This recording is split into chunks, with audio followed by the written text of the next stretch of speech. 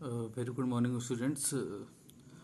आज हमें फिर से अपना सीयर इन्फोर्समेंट का न्यूमेरिकल लगाना है, जो कि पिछले वीडियो में मैंने आपको टाइप 1 न्यूमेरिकल बताया था।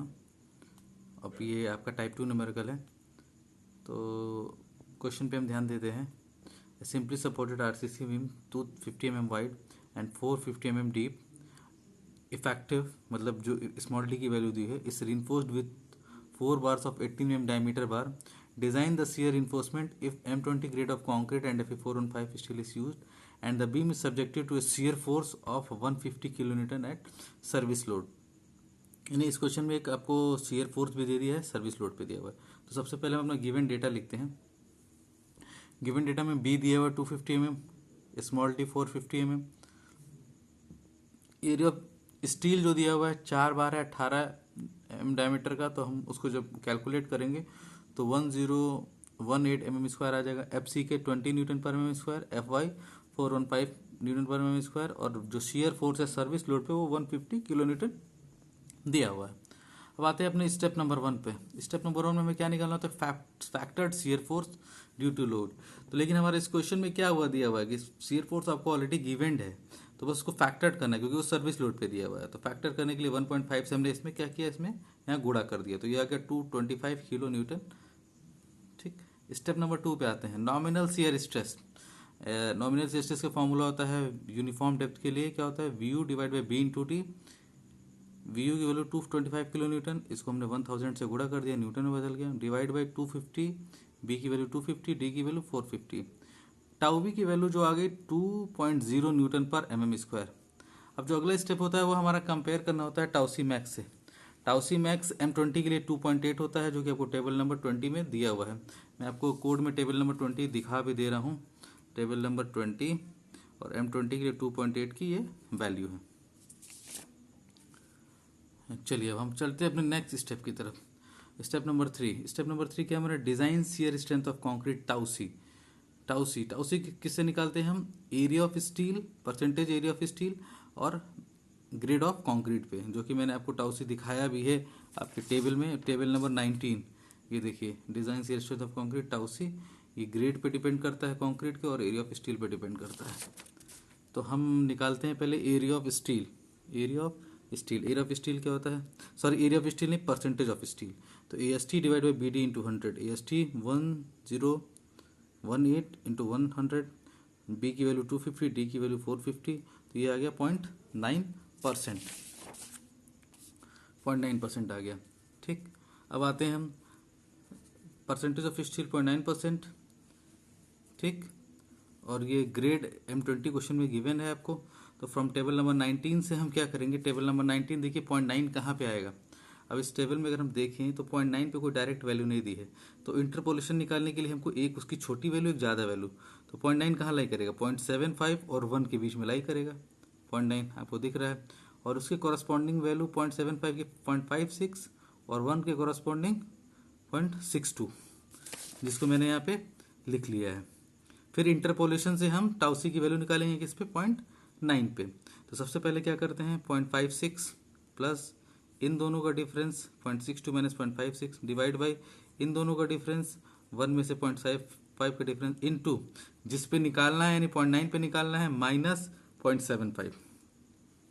तो इस इंटरपोलेशन से हमारे टाउसी की वैल्यू आ गई 0.596 न्यूटन पर mm स्क्वायर। ठीक, अब हमको टाउसी निकल गया। अब हम टाउ भी हमारा इसके पहले स्टेप में क्या आया था? 2 न्यूटन पर mm स्क्वायर। अब हमें यहाँ कंपेयर करना होता है, तो कंपेयर करने में ये दिखा कि टाउ वी की वैल्यू ज़्यादा है, टाउ वी की वैल्यू टाउसी से ज़्यादा है। तो कोड हमको ये बोलता है जब टाउ वी की वैल्यू टाउसी से ज़्यादा हो जाएगी, hence shear reinforcement is to be provided.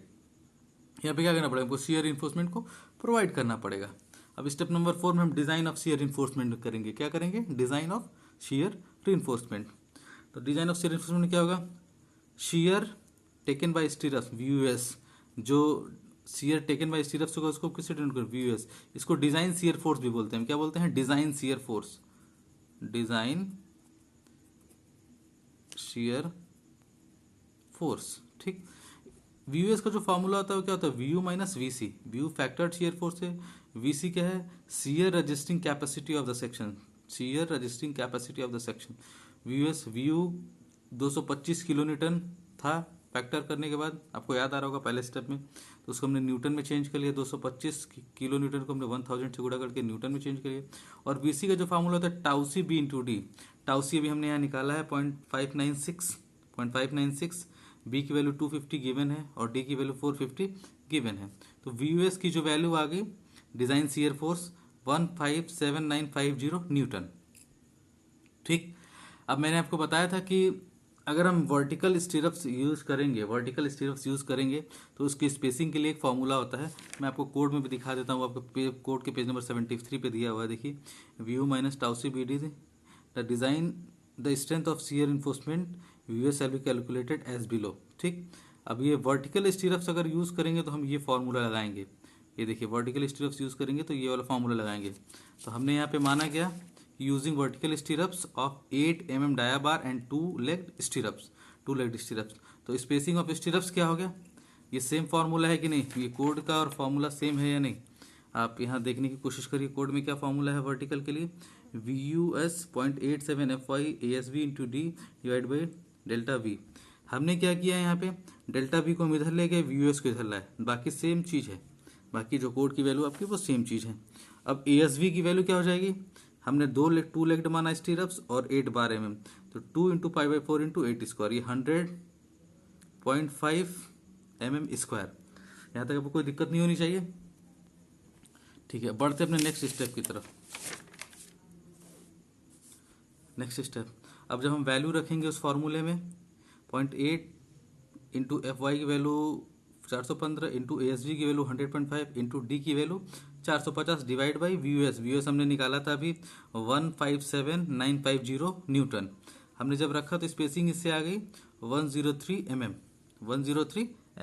ठीक, ये स्पेसिंग हमारी किससे आई, ये स्पेसिंग हमारी इससे डिजाइन ऑफ शियर इन्फोर्समेंट से आई।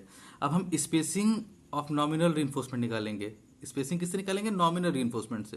तो नॉमिनल रीइंफोर्समेंट का फॉर्मूला क्या आता है, a S V divide by B into delta v, b into delta v is greater than और equal to 0.4 divide by 0.87 F y. अब इस डेल्टा वी को जब हम यहाँ सॉल्व करेंगे तो यहाँ पे ये फॉर्मूला आ जाएगा 0.87 F Y A S V divide by 0.4 into B. Value रखते हैं 0.87, एफ वाई की value 415 into A S V की वैल्यू 100.5 डिवाइड बाई 0.4 इंटू 250।